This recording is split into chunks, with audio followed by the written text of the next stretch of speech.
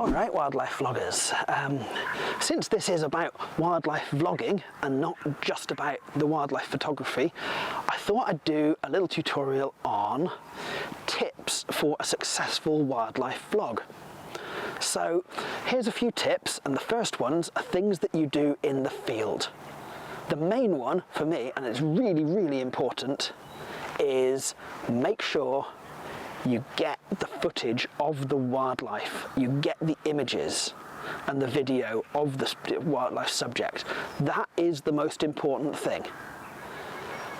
It's more important than getting your pieces to camera. It's more important than getting your B-roll. Even though those things are important, you have to always make sure that you've got some of the wildlife footage first. Next in terms of importance is B-roll. You need to have a little bit of B-roll just to help set the scene, show the area, show something about the weather, show something about the environmental conditions that your subject is in. And when it comes to B-roll, I think you should always record more B-roll than you think you need.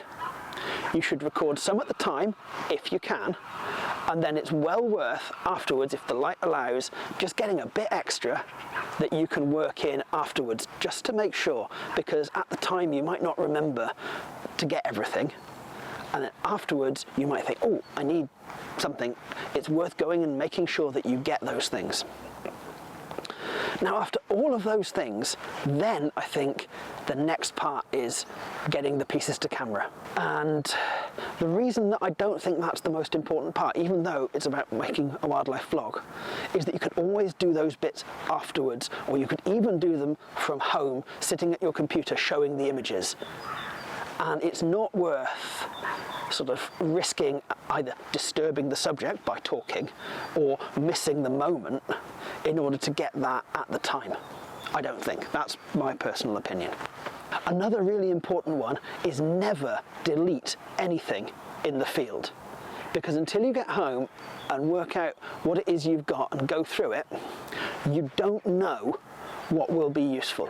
Even a really shaky, crappy bit of footage might be useful, because you might want to tell the story of how all you got of that moment was this shaky, crappy bit of footage, and then you show it.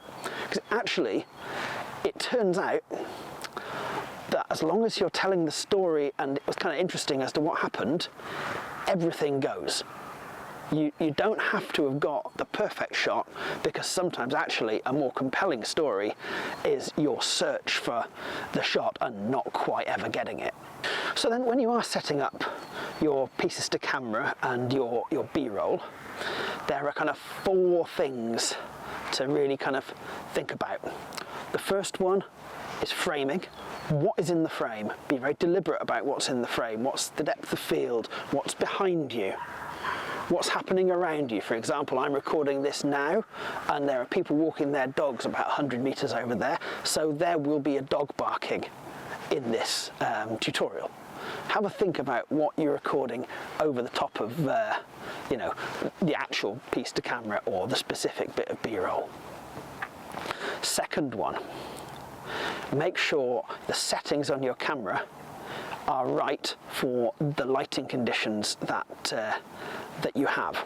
That's kind of important, because unlike with stills photography, it's much harder to correct and clean up video afterwards in post-process. If you've blown out the highlights, you've pretty much blown out the highlights. It's much easier to recover a still image. I'm sure it can be done, but it's just a lot of faff. Third one, and kind of related to what I just said about what's going on in the background, is check your audio. Make sure your audio is good, make sure it's recording. Also, remember to press record, otherwise you'll have to do your pieces to camera again. And the fourth one, and this is super important, is pause. Before you give a piece to camera, give a little pause.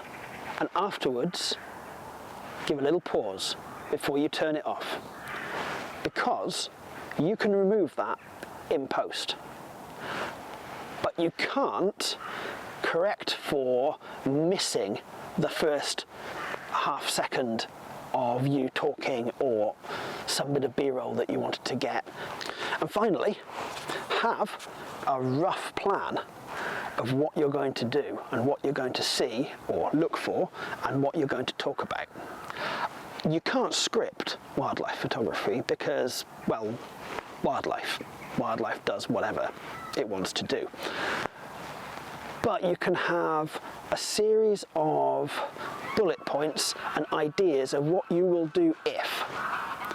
And that makes it much easier to record a vlog, because then you kind of know where you are in a sequence. So, once you get to your desk and your computer and you've brought all the footage in, how do you go about making a vlog? Now, I am probably not the right person to be talking about this, but I'll share a couple of little tips. I'm actually really slow at making vlogs, and I'm not very good at editing. I've had to kind of learn that myself, and I'm sure there are people who are far more efficient. But here are a couple of things that I've learned that have really helped in making vlogs.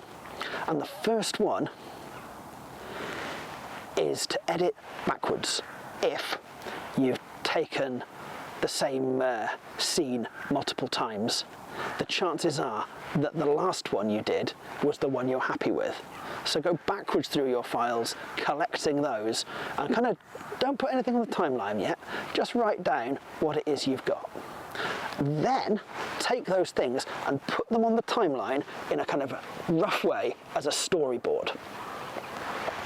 And that way you've kind of laid out the foundation of your vlog without putting in all the details and the B-roll and specific timings. And it's much, much easier then to kind of fill that out afterwards, rather than trying to start at the beginning and kind of work linearly, adding stuff in, kind of leaving finished vlog behind you.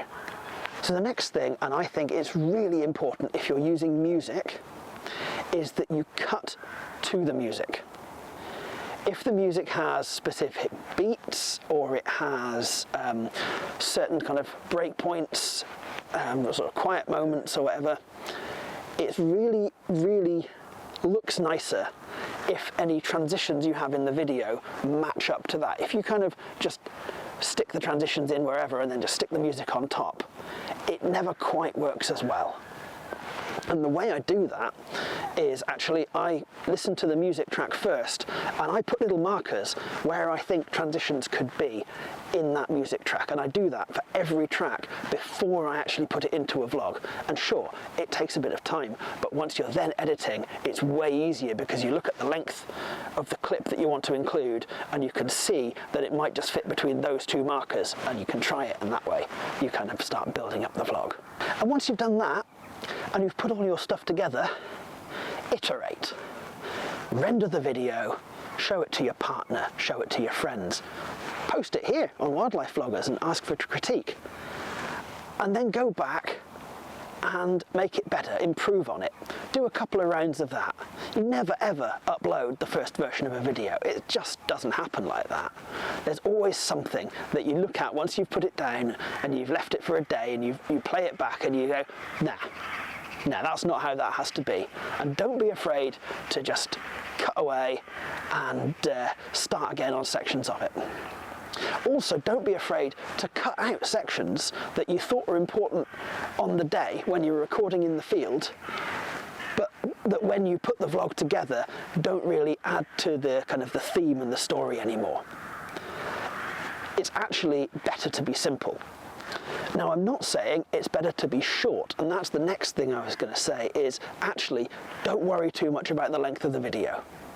Sure, don't start off your first vlog being hours and hours long, but also don't get scared off by the idea that everything has to be fast and snappy. If you've got a story and it fits to a certain length of time, tell your story. And yeah, really, in the end, don't sweat it. It will probably never be perfect.